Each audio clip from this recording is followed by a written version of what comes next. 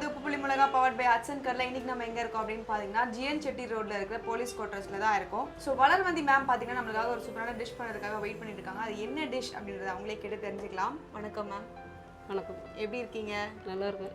சொல்லுங்க, நீங்க பொதுவாக என்ன பண்றீங்க? நாங்கள் வந்து இப்போது வந்து சென்னையில் இருக்கோம். இதுக்கு முன்னாடி நாங்கள் விவசாயம் தான் கிராமத்தில் இருக்கோம். ஊர்ல இருந்தீங்களா? ஓகே. பசங்க பொண்ணு ஒன்று பையன் ஒன்று. என்ன பண்ணிட்டு இருக்காங்க? பையன் ஆஃபீஸில் வேலை பார்க்குறப்பல பொண்ணு மருமக போலீஸாக இருக்குது. பொண்ணை கல்யாணம் பண்ணி கொடுத்துட்டேன். சரி, ஓகே. ஸோ இன்னைக்கு என்ன டிஷ் நீங்க பண்ண போறீங்க? புதினா ஊறுக்கா செய்ய போகிறேன். ஸோ அதுக்கு என்னென்ன தேவையான பொருட்கள் அப்படின்னு சொல்லிடுறீங்களா? நான் சொல்கிறேன். காஞ்ச மிளகா, ஓகே, புதினா வதக்கிடணும், சரி, புளி, இது கடலைப்பருப்பு, ஓகே, இது கடுகு, இது கல் உப்பு. சரி, ஓகே. ஸோ இது மூணுத்தையும் மிக்சியில் போட்டு அரைச்சிடணும். ஸோ நீங்கள் ஆல்ரெடி அரைச்சி எடுத்துகிட்டு வந்துட்டீங்க. என்னென்ன அரைச்சிருக்கீங்க? இதில் எல்லாமே போட்டு அரைச்சிட்டிங்க? அது 3 அரைச்சிட்டேன். மிளகா, காஞ்ச மிளகா, புளி, புதினா 3 அரைச்சிட்டேன். ஓகே. எண்ணெய் ஊற்றி காய்க்கணும். ஓகே, சரி, ஓகே.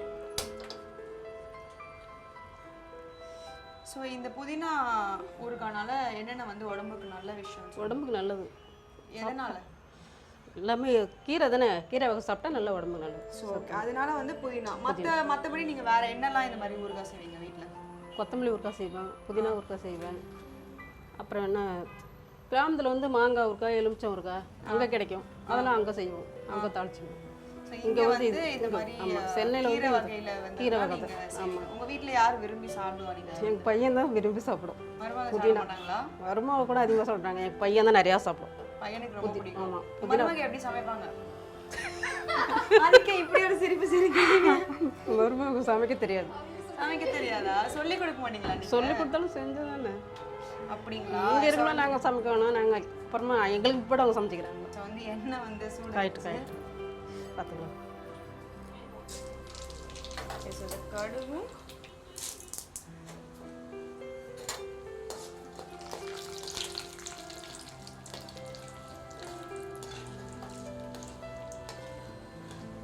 சரி, இன்னொரு வாட்டி சொல்லிடுங்க. அந்த வந்து நீங்க ஒரு பேஸ்ட் எடுத்துட்டு வந்தீங்க இல்லையா? அதுல என்னென்னலாம் போட்டு நீங்க அரைச்சிருக்கீங்க? காஞ்ச மிளகா, திருப்பி புளி, புதினா வந்து நல்லா கழுவிட்டு புதினா வதக்கணும்.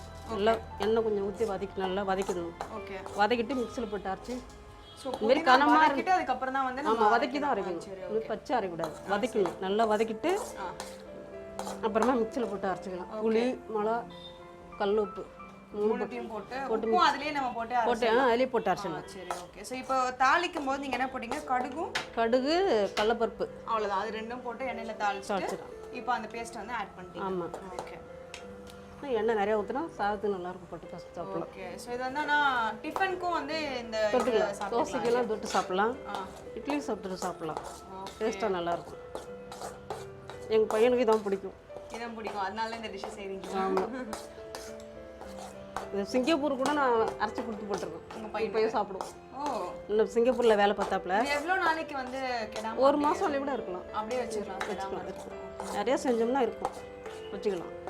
ஆனால் இப்போ வந்து ஊறுகாய் அப்படின்னால வந்து நம்ம எண்ணெய் ஊற்றுறதை பொறுத்து தானே அது இருக்கிறது. ஆமாம், எண்ணெய் கைப்படாமல் ஸ்பூனால் எடுத்து சாப்பிடணும். ஸோ வந்து பார்த்தீங்கன்னா புதினா ஊறுகாய் வந்து ரெடி ஆயிடுச்சு இப்போ. ஆமாம், ரெடி ஆயிடுச்சு.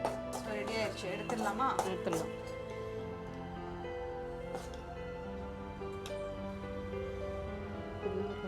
சாப்பிட்டு பாரு, டேஸ்ட் பார்த்து.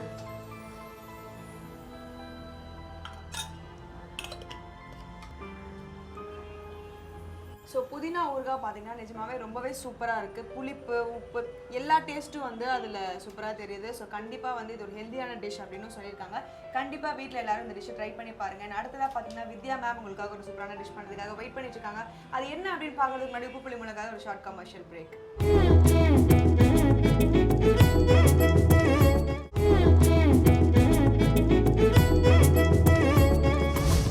வணக்கம் வெந்தர் இயர்ஸ். நீங்கள் பார்த்துட்டு இருக்கிறது உப்பு புளி மிளகா ஷோ. நான் உங்கள் வித்யா. இன்றைக்கி நம்மளோட ஷோ நம்ம பார்க்க போகிற ரெசிபி என்னென்னு பார்த்தீங்கன்னா ஒரு டெலிஷியஸான ஒரு மொஹல் கிரேவி தான் பார்க்க போகிறோம். ஷாஹி குருமா.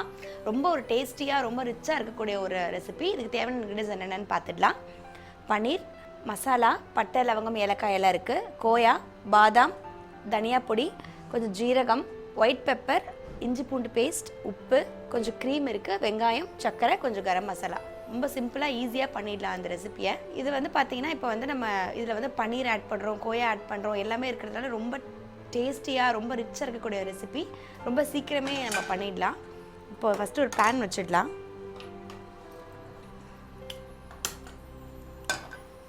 இப்போ நம்மளுடைய பேன் காயறதுக்குள்ளே நம்ம என்ன பண்ணலாம்னா, நம்மளோட பாதாமை வந்து தோல் எடுத்து இது மாதிரி வச்சுருக்கோம்.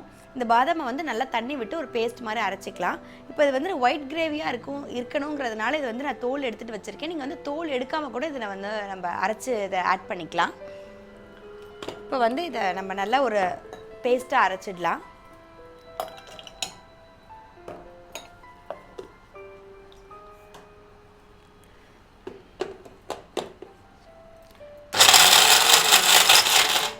நல்லா தண்ணி விட்டு தேவையான அளவுக்கு நல்ல ஒரு ஃபைன் பேஸ்ட்டாக அரைச்சிடலாம்.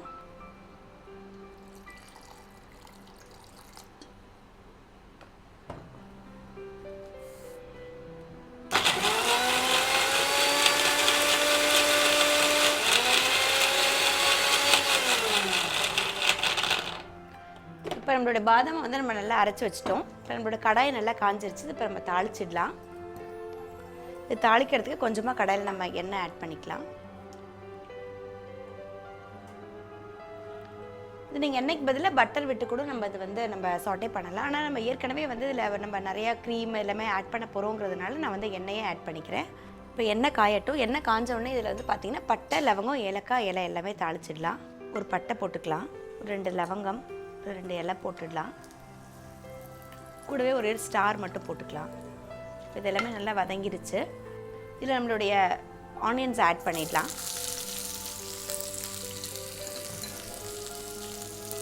இந்த வெங்காயம் பார்த்திங்கன்னா நமக்கு வந்து ரொம்ப நேரம் வதங்கிடாமல் நம்ம வந்து இதை நல்லா ஒரு லைட் பிங்கிஷ் வரும்போதே நம்ம வந்து அடுத்த இன்க்ரீடியன்ஸ்லாம் ஆட் பண்ணிடணும். ஏன்னா நம்ம ரொம்ப ப்ரௌனாக விட்டோம்னா நம்மளுடைய கிரேவி கலர் வந்து பார்த்திங்கன்னா சேஞ்ச் ஆகிடும். நமக்கு இந்த கிரேவி வந்து பார்த்திங்கன்னா ரொம்ப நல்லா ஒயிட்டிஷாகவே இருக்கணும்.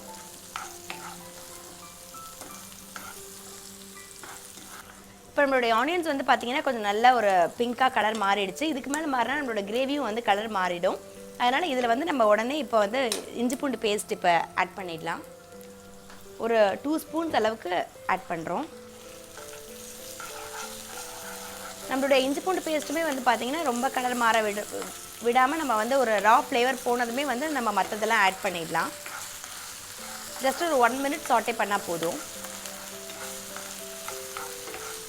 இந்த கிரேவி வந்து பார்த்திங்கன்னா ரொம்ப ஒரு ரிச் ஃப்ளேவரோடு இருக்கும். இதில் வந்து பார்த்திங்கன்னா இப்போ ஆல்மண்டை தான் வந்து நம்ம ஃபுல்லாகவே நல்லா மைய அரைச்சில் ஆட் பண்ண போகிறோம். நீங்கள் அது வந்து ஆல்மண்டுக்கு பதிலாக நீங்கள் வந்து கேஷ்யூஸும் இதில் வந்து ஆட் பண்ணி பண்ணலாம். ரெண்டுமே வந்து நீங்கள் இல்லை ஆல்மண்ட் அண்ட் கேஷ்யூஸ் ரெண்டுமே கம்பைன் பண்ணி அரைச்சும் இதில் ஆட் பண்ணலாம். இப்போ நம்மளோட இஞ்சி பூண்டு பேஸ்ட் நல்லா வதங்கிடுச்சு. இப்போ இதில் வந்து நம்ம மசாலாஸ்லாம் ஆட் பண்ணிடலாம். இது வந்து இப்போ ஷாஹி குருமாங்கிறதுனால இதில் கொஞ்சமாக நம்ம வந்து இதில் ஷாஹி ஜீரா ஆட் பண்ணிக்கலாம்.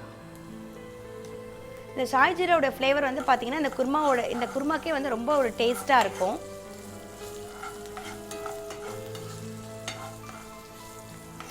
எல்லாம் சேர்ந்து இது நல்லா ஒரு நிமிஷம் நல்லா சாட்டே ஆகட்டும்.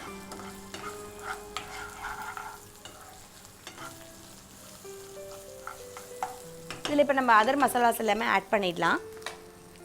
இதில் இப்போ பெப்பர் பொடி சேர்க்குறோம். இதில் வந்து பார்த்திங்கன்னா இது வந்து நம்ம சில்லி பவுடர் சேர்க்கலை. சில்லி பவுடர் சேர்க்கும் போது என்ன ஆகும்னு பார்த்தீங்கன்னா நமக்கு வந்து கலர் மாறிடும். அதனால் நம்ம வந்து பெப்பர் சேர்க்குறோம். பெப்பருமே வந்து பார்த்திங்கன்னா நம்ம வந்து இதில் வந்து பிளாக் பெப்பர் சேர்க்காம ஒயிட் பெப்பர் தான் ஆட் பண்ணியிருக்கோம். மேக்ஸிமம் நம்ம வந்து என்ன பண்ணணும்னா நம்மளுடைய கலர் வந்து சேஞ்ச் ஆகாமல் இருக்கிற அளவுக்கு எல்லாமே இதில் ஆட் பண்ணுறோம். நம்ம பெப்பர் ஆட் பண்ணதுமே இதில் வந்து நம்ம தனியா பவுடர் ஆட் பண்ணிடலாம். ஒரு 2 ஸ்பூன்ஸ்க்கு நம்ம தனியா பொடி ஆட் பண்ணிடலாம்.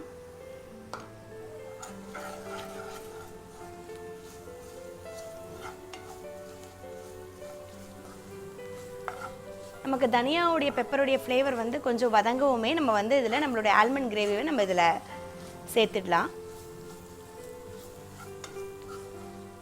இப்போ நம்மளுடைய ஆல்மண்ட் கிரேவி வந்து நல்லா திக்காக நம்ம அரைச்சி வச்சுருக்கோம். இதை வந்து நல்லா இதில் ஆட் பண்ணிடலாம். இது வந்து நம்ம நல்லா ஃபைன் பேஸ்ட்டாக ஆட் பண்ணியிருக்கிறதுனால வந்து பார்த்திங்கன்னா நமக்கு வந்து குருமாவில் நம்ம எக்ஸ்ட்ரா வாட்டர் வந்து நம்ம ஃபுல்லாகவே ஆல்மண்ட் வாட்டர் தான் விட போகிறோம். இப்போ இந்த கிரேவியில் பார்த்திங்கன்னா நம்மளோட ஆல்மண்டை வந்து நம்ம அரைச்சியில் ஆட் பண்ணியிருக்கோம். இப்போ இது வந்து பார்த்திங்கன்னா நம்ம தேவையான அளவுக்கு நமக்கு எவ்வளோ அளவுக்கு கிரேவி வேணுமோ நம்ம அந்த அளவுக்கு வந்து இதில் தண்ணி ஆட் பண்ணி இது வந்து மினிமம் வந்து ஒரு பார்த்திங்கன்னா ஒரு 1/2 hour நமக்கு வந்து இது கண்டிப்பாக கொதிக்கணும். அப்போ தான் வந்து பார்த்திங்கன்னா இந்த ஆல்மண்டோட ஃப்ளேவர்லாம் நம்மளோட குருமாவில் இறங்கி ரா ஃப்ளேவர்லாம் போய் இது வந்து ரொம்ப டேஸ்டியாக இருக்கும். அதில் இது வந்து அதனால் நமக்கு தேவையான அளவுக்கு சுண்டி நம்மளோட கன்சிஸ்டன்சிக்கு வரணுங்கிறதுனால நம்ம நல்ல ஒரு டீசென்ட் அமௌண்ட் நல்ல தேவையான அளவுக்கு நிறைய இதில் தண்ணி ஆட் பண்ணி இது வந்து நம்மளுடைய திக் கிரேவி வர அளவுக்கு நம்ம வந்து இது நல்லா கொதிக்க விடணும். இந்த கிரேவியில் முக்கியமாக நம்ம என்ன பண்ணணும்னா நம்ம வந்து இது கொஞ்சம் ஸ்டர் பண்ணிகிட்டே இருக்கணும். ஏன்னா நம்ம ஆல்மண்ட் சேர்த்துருக்கிறதுனால இது உடனே வந்து நம்மளோட கடாயில் அடிப்பிடிக்கிறதுக்கு நிறைய சான்ஸ் இருக்குது. இது கொஞ்சம் வந்து நமக்கு ஸ்லைட்லி கொஞ்சம் அந்த பர்னிங் ஸ்மெல் வந்துட்டாலுமே இந்த கிரேவியோட ஃப்ளேவரே நமக்கு வந்து மாறிடும். அதனால் நம்ம வந்து இது 1/2 hour நம்ம கொதிக்க இது விட்டாலுமே நம்ம வந்து பார்த்திங்கன்னா கண்டினியூஸாக இது கூடவே இருந்து நம்ம வந்து இதை ஸ்டர் பண்ணிகிட்டே இருக்கணும். அதே பார்த்திங்கன்னா அது வந்து ரொம்ப ஹை ஃப்ளேம்லாம் வச்சிடாமல் கொஞ்சம் சிம் ஃபயரில் நல்லா வந்து ஒரு 10 to 15 minutesலேருந்து ஒரு 1/2 hour வரைக்கும் இதை நம்ம நல்லா குக் பண்ணணும். இப்போ நம்மளோட கிரேவி வந்து பார்த்திங்கன்னா நல்லா ஒரு 10 to 15 minutes நல்லா கொதிச்சிருச்சு. நம்மளுடைய பாதாமுடைய ரா ஃப்ளேவர் எல்லாமே போயிடுச்சு. இப்போ இதில் வந்து நம்மளுடைய பன்னீரை வந்து நம்ம ஆட் பண்ணிக்கலாம். இப்போ பன்னீர் வந்து பார்த்திங்கன்னா இதில் வந்து நான் இன்றைக்கி இது அப்படியே ரா பன்னீரை தான் ஆட் பண்ணுறோம். அப்படி நீங்கள் வந்து இதை ரா பன்னீர் வேணாட்டா நம்ம வந்து இதில் நல்லா இதை ஆயில்லையோ இல்லை வந்து பட்டர்லேயோ நல்லா நீங்கள் வந்து டீப் ஃப்ரை பண்ணிவிட்டு கூட இதை வந்து நம்ம ஆட் பண்ணலாம். இந்த இடத்துல நம்ம யூஸ்வலாக பன்னீர் பட்டர் மசாலாலாம் வந்து பார்த்திங்கன்னா நம்ம வந்து ரா பன்னீரே தான் யூஸ் பண்ணுவோம். அதே மாதிரி தான் டெக்ஸ்சர் இருக்கும் இதில். இப்போ நம்மளுடைய பன்னீர் நல்லா சேர்ந்து வெந்துட்டுருக்கு. இதில் வந்து கொஞ்சமாக நம்ம வந்து இதில் டேஸ்ட்டுக்காக இன்னும் கொஞ்சம் ரெசிஸ்டன்ஸ்க்காக நம்ம வந்து கோவா ஆட் பண்ணிக்கலாம்.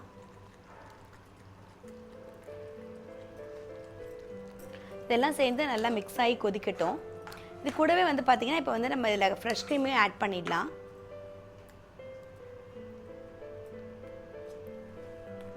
இதில் வந்து இப்போ பார்த்திங்கன்னா இப்போ நம்மளுடைய கோவாயும் நம்மளுடைய ஃப்ரெஷ் க்ரீமையும் ஆட் பண்ணிட்டோம்.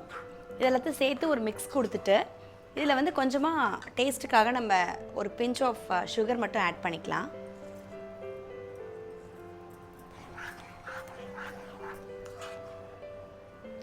இப்போ இந்த டைமில் நம்ம கொஞ்சம் கரம் மசாலாவே ஆட் பண்ணிடலாம். எல்லாமே சேர்ந்து ஒரு பாயில் வரட்டும். நீங்கள் வந்து கன்சிஸ்டன்சி பார்த்துக்கோங்க. ரொம்ப திக்காக இருக்குது அப்படின்னு ஃபீல் பண்ணிங்கன்னா இதில் வந்து கொஞ்சமாக நம்ம வாட்டர் விட்டு கூட ஒரு பாயில் கொடுத்துக்கலாம். ஏன்னா நம்மளோட கிரேவியில் வந்து பார்த்திங்கன்னா நம்மளோட கோவா நல்லா சேர்த்து பிளெண்ட் ஆகி அது நல்லா ஒரு பாயிலுக்கு வரலாம். அது வரைக்கும் நம்ம வெயிட் பண்ணலாம். கொஞ்சமாக இதில் வாட்டர் ஆட் பண்ணி நம்ம வந்து நம்ம தேவையான திக்னஸ் கன்சிஸ்டன்சிக்கு வர வரைக்கும் நம்ம வந்து இதை கொதிக்க விட்டுக்கலாம். ஒரு பாயில் வர வரைக்கும் நம்ம வெயிட் பண்ணலாம். இப்போ நம்மளோட ஷாஹி பன்னீர் குருமா பார்த்திங்கன்னா நல்லா கொதிச்சு ரெடி ஆகிடுச்சு. இது கூட வந்து ஃபைனலாக நீங்கள் வந்து தேங்காய் பால் ஆட் பண்ணணும்னா ஆட் பண்ணலாம். ஆனால் ஆல்ரெடி நம்ம வந்து பார்த்திங்கன்னா ஆல்மண்ட் பேஸ்ட்டில் தான் நம்ம இது வேகவே வச்சுருக்கோம். அது கூட பன்னீர் ஆட் பண்ணியிருக்கோம், கோயா ஆட் பண்ணியிருக்கோம், ப்ளஸ் ஃப்ரெஷ் க்ரீம்லாம் ஆட் பண்ணியிருக்கோம். அதனால் நீங்கள் வந்து உங்களுக்கு தேங்காய் பால் ஆப்ஷனல் தான். கொஞ்சமாக தேங்காய் பால் விட்டு இறக்கும் போது இன்னும் அது நல்ல ஃப்ளேவர் இருக்கும். ஆனால் இது தேவையில்லைன்னா அது வந்து நம்ம விட்டுடலாம். இப்போ நம்மளோட ஷாஹி குருமா வந்து பார்த்திங்கன்னா ரெடி ஆகிடுச்சு. இதில் வந்து இன்றைக்கி வந்து பன்னீர் போட்டு இதில் பண்ணியிருக்கோம். இதுக்கு பதிலாக நீங்கள் வந்து காலிஃப்ளவர் இதில் ஆட் பண்ணி கூட நீங்கள் பண்ணலாம். அது கூடவே வந்து பீஸ் போடும்போது பார்த்திங்கன்னா அது இன்னும் நல்லா கலர்ஃபுல்லாக டேஸ்ட்டாக இருக்கும். அது ஒரு வேரியேஷன் தான் அது. இப்போ நம்மளோட ஷாஹி குருமா வந்து பார்த்திங்கன்னா ரோட்டியோட, நானோட, குல்ச்சாவோட, புலாவோட, எனி கைண்ட் ஆஃப் புலாவோட சர்வ் பண்ண ரொம்ப ஒரு டேஸ்டியான ஒரு ஷாஹி குருமா. இது கண்டிப்பாக ட்ரை பண்ணி பாருங்கள். ஒரு சூப்பரான ரெசிபி. நம்மளுடைய ஷாஹி பன்னீர் குருமா ரெடி ஆகிடுச்சு. இது வந்து பார்த்திங்கன்னா ரொம்ப டேஸ்டியாக, ரிச்சாக, க்ரீமியாக இருக்கக்கூடிய ஒரு ரெசிபி. கண்டிப்பாக ட்ரை பண்ணி பாருங்கள். இதே மாதிரி ஒரு சூப்பரான ரெசிபியோட நெக்ஸ்ட் செக்மெண்ட்டில் மீட் பண்ணலாம்.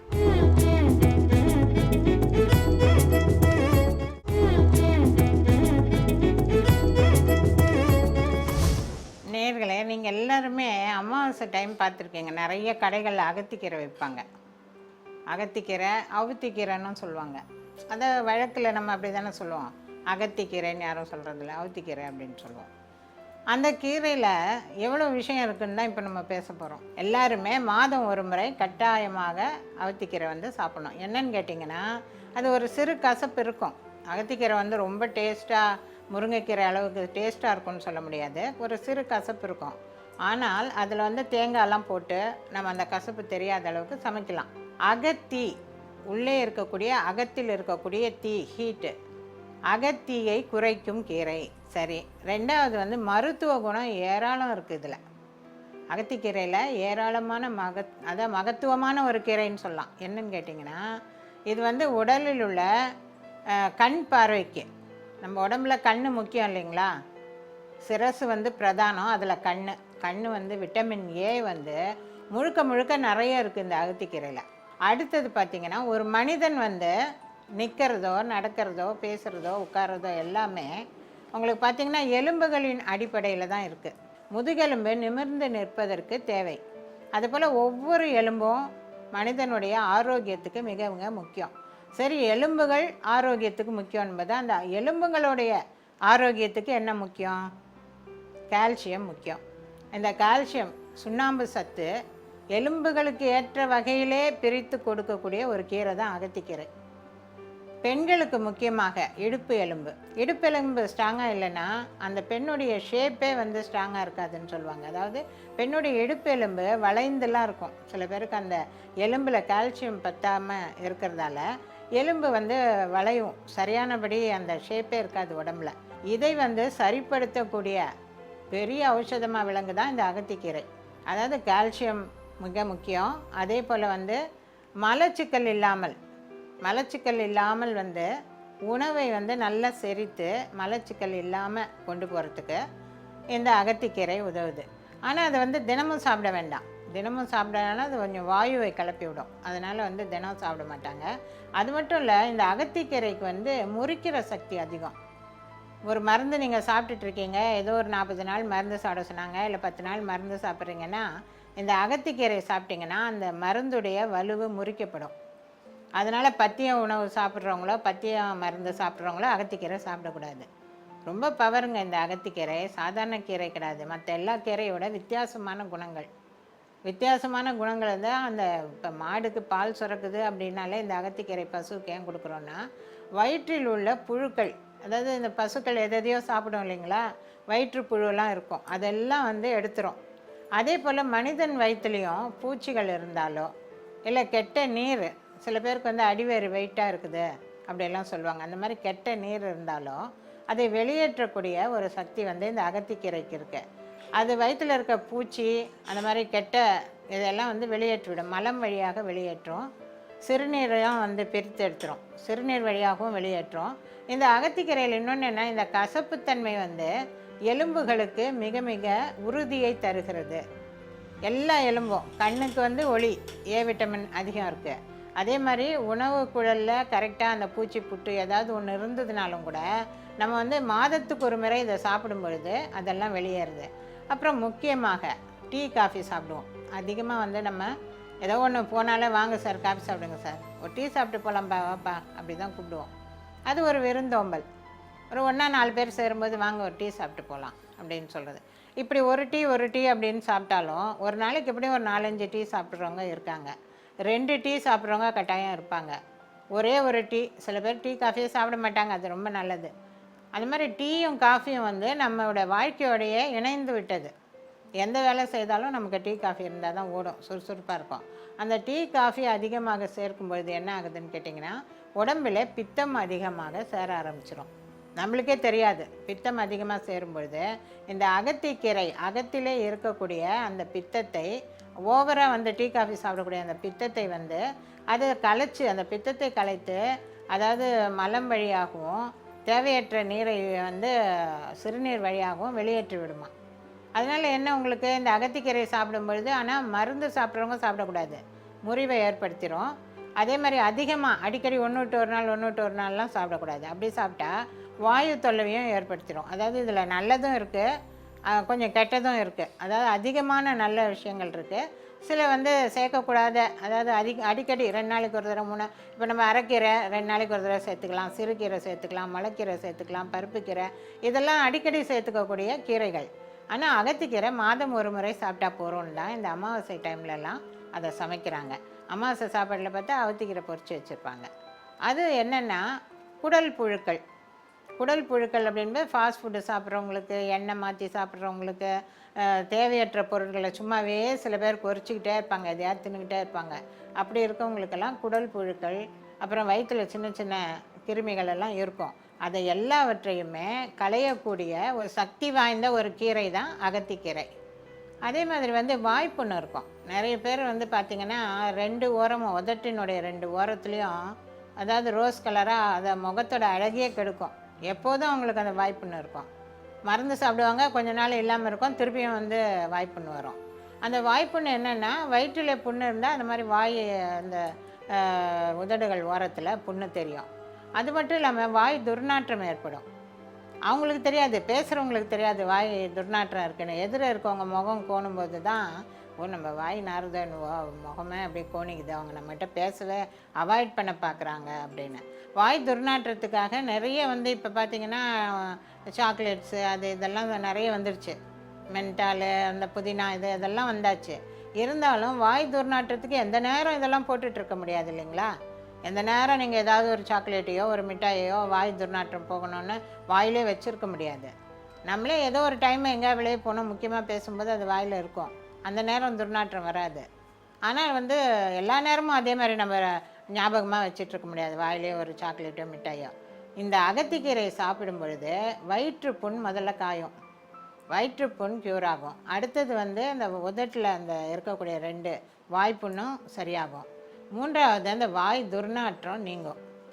இது முக்கியமானது. வாய் துர்நாற்றம் நீங்கும், வயிற்றுப்புண் வந்து சரியாகும், குடலில் இருக்கக்கூடிய புழு பூச்சிகள் எல்லாம் வெளியேறும். விட்டமின் ஏ வந்து இருக்கிறதால கண் பார்வை நல்ல மிளிரும், கண் வந்து நல்லா பவராகும். ஒரு அகத்திக்கீரைன்னு சொல்கிறோம், இவ்வளோ விஷயம் செய்யுது அது. ஆனால் வந்து முறிவு சக்தி அதிகம் இதுக்கு. எந்த மருந்தாவது சாப்பிட்டிங்கன்னா இதை சாப்பிடக்கூடாது, முறிவு. அதே போல் சில பேர் வந்து சாப்பாட்டில் வந்து எதை வச்சு கொடுத்துட்டான், அவனுக்கு வந்து ஏதோ வச்சுட்டாங்க அப்படின்லாம் சொல்கிறாங்க பாருங்க. அப்படி இருக்கவங்க இந்த அகத்திக்கீரை சாப்பிட்டா அந்த சாப்பாட்டில் இருக்கக்கூடிய அந்த தீமையாக வைத்து கொடுத்ததெல்லாமே கூட சரியாயிடும், அப்படியே சித்த மருத்துவத்தில் சொல்கிறாங்க. அதே மாதிரி வந்து இந்த அகத்திக்கீரை பெண்களுக்கு முக்கியமாக எலும்புகளுக்கு மிக மிக ஆரோக்கியத்தையும் இது வந்து சக்தியையும் பலத்தையும் கொடுக்குது. அதனால் அகத்திக்கீரை மாதம் ஒரு முறை அவசியம் சாப்பிடுங்க, சமைச்சு பிள்ளைங்களுக்கும் கொடுங்க. நாளைக்கு வேற ஒரு பொருளோட சந்திப்போம். இந்த நிகழ்ச்சியில் கலந்து கொள்ள விருப்பமுள்ள இல்லத்தரசிகள் தொடர்பு கொள்ள வேண்டிய தொலைபேசி எண் 8939827078.